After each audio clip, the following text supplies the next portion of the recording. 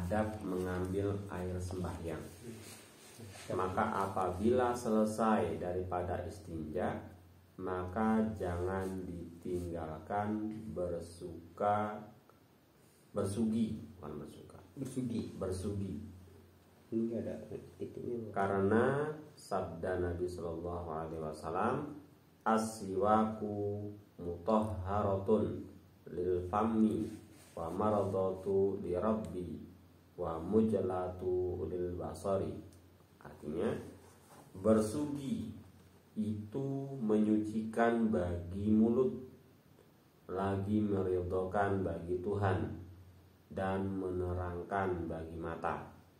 Nah, ini hadis Nabi memerintahkan kepada kita bahwa kalau kita sudah selesai qada hajat, ini jangan tinggalkan untuk bersugi. Yang intinya wudu, ketika kita wudu maksudnya ini jangan ditinggalkan bersugi. Ya walaupun bersugi itu nggak harus pakai sikat gigi, pakai odol, walaupun dengan melalukan tangan, jari-jari, ini juga sudah dihitung bersugi.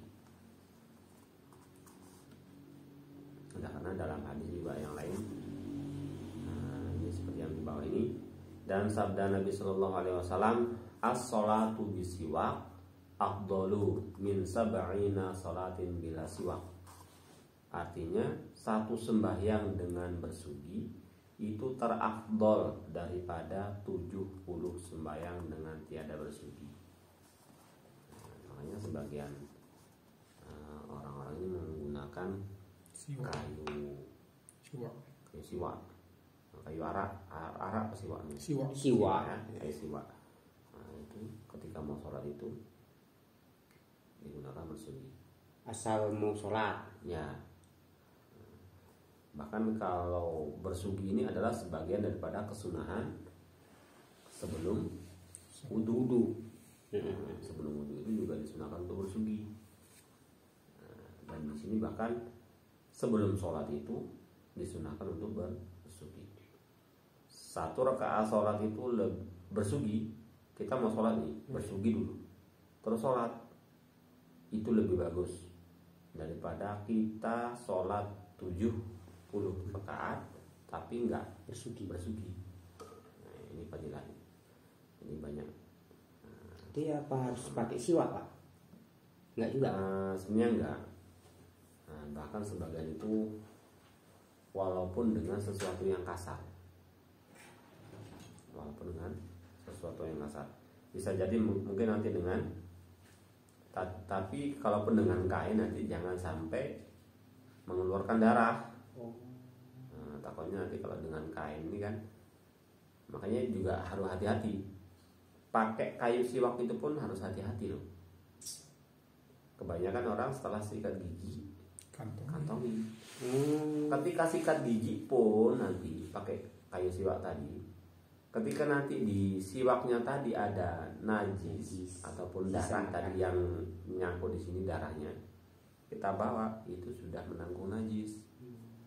Makanya kita mengamalkan sunnah Nabi pun kalau nggak dilandasi dengan ilmunya, bukan malah menambah pahala, malah ngurangi, malah bahkan ngerusak ibadah. Ini yang takutkan.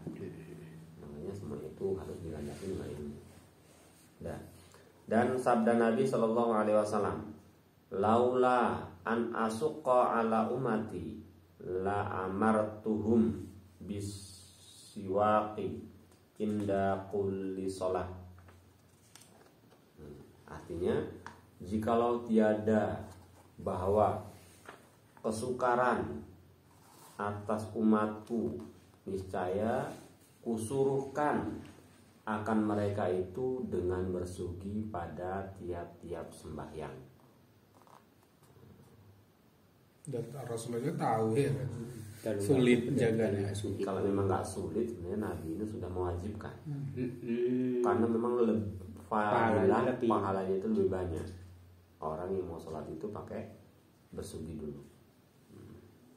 Tetapi jangan bersugi pada ketika puasa, kemudian daripada gelincir matahari, karena yang demikian itu makruh.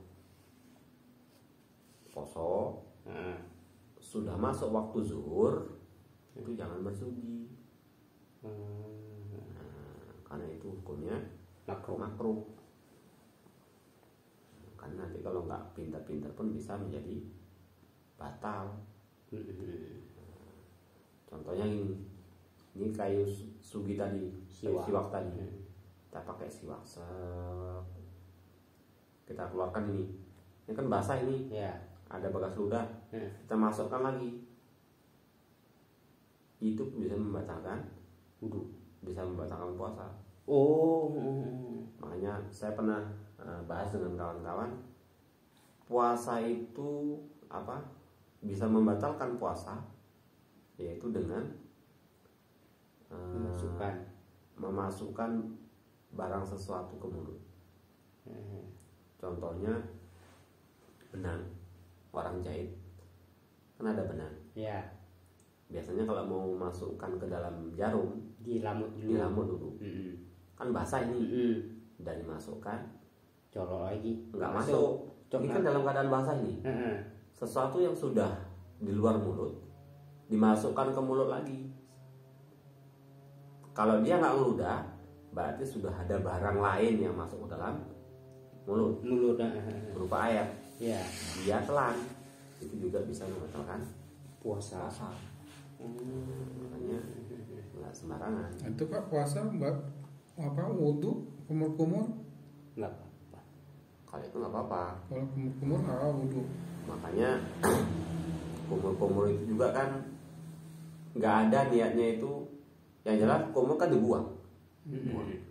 Tapi kan nanti beda lagi kalau niatnya untuk cuci mulut untuk membasahin mulut. Ini.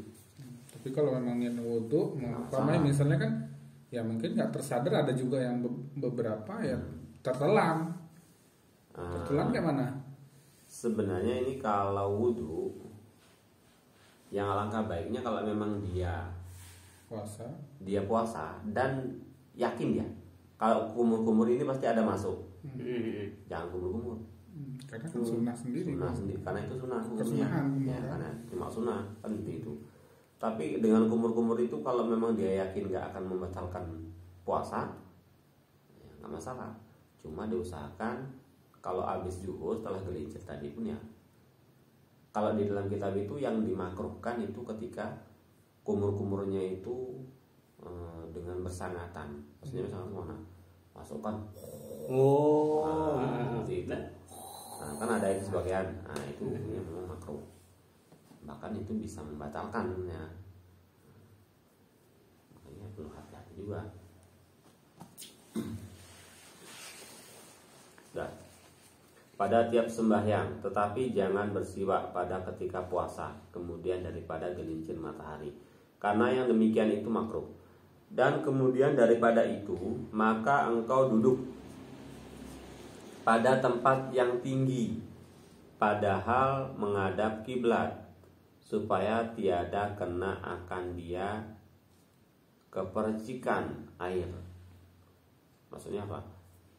Ketika kita wudhu, kalau memang memungkinkan ini tempatnya, ketika kita wudhu itu kalau bisa, di mana kita berdiri itu lebih tinggi, tempat kita berdiri itu sama kira-kira nanti jatuhnya air. Misalnya ini ada tempat yang tinggi, ini kan tempat rendah. Jadi ketika kita ngambil air wudhu itu tempat yang tinggi, kita berdirinya di tempat yang tinggi supaya nggak percikan. Supaya ketika air jatuh ke lantai tidak mercik ke kita. Tapi kalau kita sama dengan jatuhnya air nanti kita berdirinya, kan yang pasti marci itu. Nah, tujuannya itu. Ya nggak ubahnya gini lah. Ketika kita misalnya nyiram air ini, kita berdiri di atas, kita siram air ke bawah.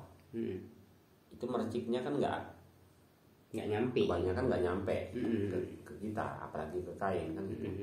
Tapi kalau kita di mana kita berdiri, langsung di situ kita siramkan air. Ketika jatuh ke lantai berarti nyiprat ke, atau mesti ke celana atau ke baju ataupun ke sarung.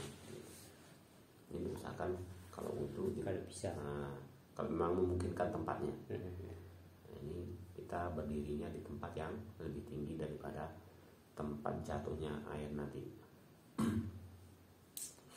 Dan baca olehmu Bismillahirrahmanirrahim. Rabbi a'udzu bika min hamazatis syayatin wa a'udzu bika rabbi ayyahdurun. Kemudian maka basuh kedua tanganmu 3 kali dahulu daripada memasukkan ke dalam bejana. Ini masuk waktu kita pertama itu kita basuh dulu tangan. Nah, ini belum masuk wudu, ini masih kesunahan. Membasuh 2 telapak tangan hingga pergelangan. Ini hukumnya masih sunat. Dan doa tadi dibaca. Ini membasuh tadi, kalau keterangan di sini ini tujuannya disunahkan membasuh ketika belum kita masukkan ke dalam bejana. Ataupun gini, kalau di umumnya kita di daerah pesisir sana itu kita wudunya di bak, kan itu. Jadi sebelum tangan kita masukkan ke bak, kalau ada gayung, ambil dulu dibasuh dulu tangan kita. Jangan langsung dicelupkan. Kan bisa jadi kadang tadi kita ada memegang najis atau apa, sehingga kalau kita masukkan ke bejana atau tempat air, nah itu nanti takutnya air tadi jadi najis, kan gitu. Ya walaupun kalau di di tempat air yang lebar yang besar, ya air itu nggak bakal bernajis. Karena air itu banyak kan gitu. Cuma untuk menghindari hal-hal yang tidak kita inginkan berkaitan dengan najis, ya alangkah baiknya kita basuh dulu tangan.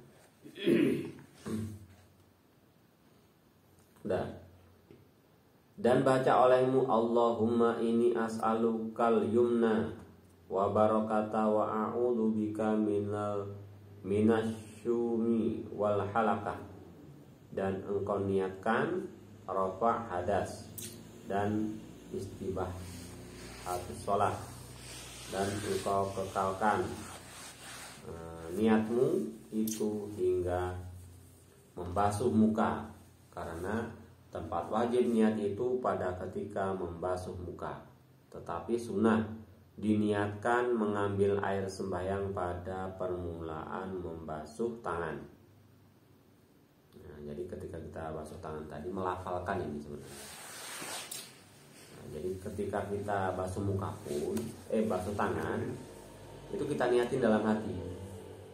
Ini saya membasuh sunnah sebelum wudu. Sunnah sebelum wudu kita basuh. Karena memang hakikatnya niat itu dalam hati. Dan niat kalau dalam wudu itu ya disertai ketika membasuh muka atau wajah. Dan demikian lagi sunnah niat itu berkekalan hingga selesai air sembahyang, kemudian maka ambil olehmu air satu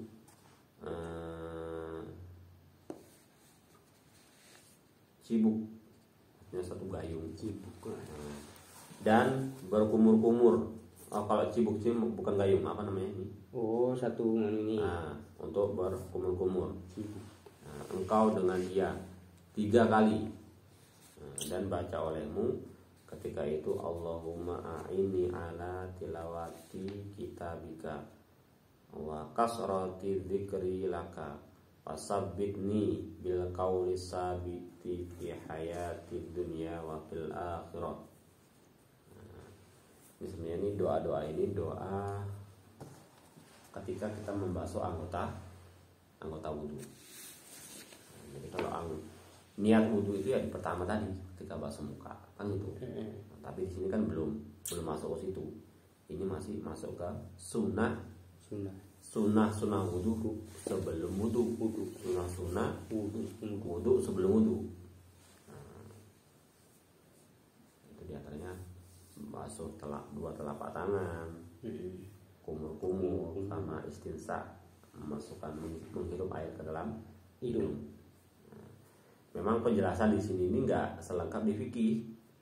Kalau di fikih nanti kaifiyahnya saja, kaifiyahnya tadi diantaranya ketika memasukkan air ke mulut dan ke hidung, ini yang sunnah bersamaan ya. sekali masuk ke mulut, sebagian ke hidung.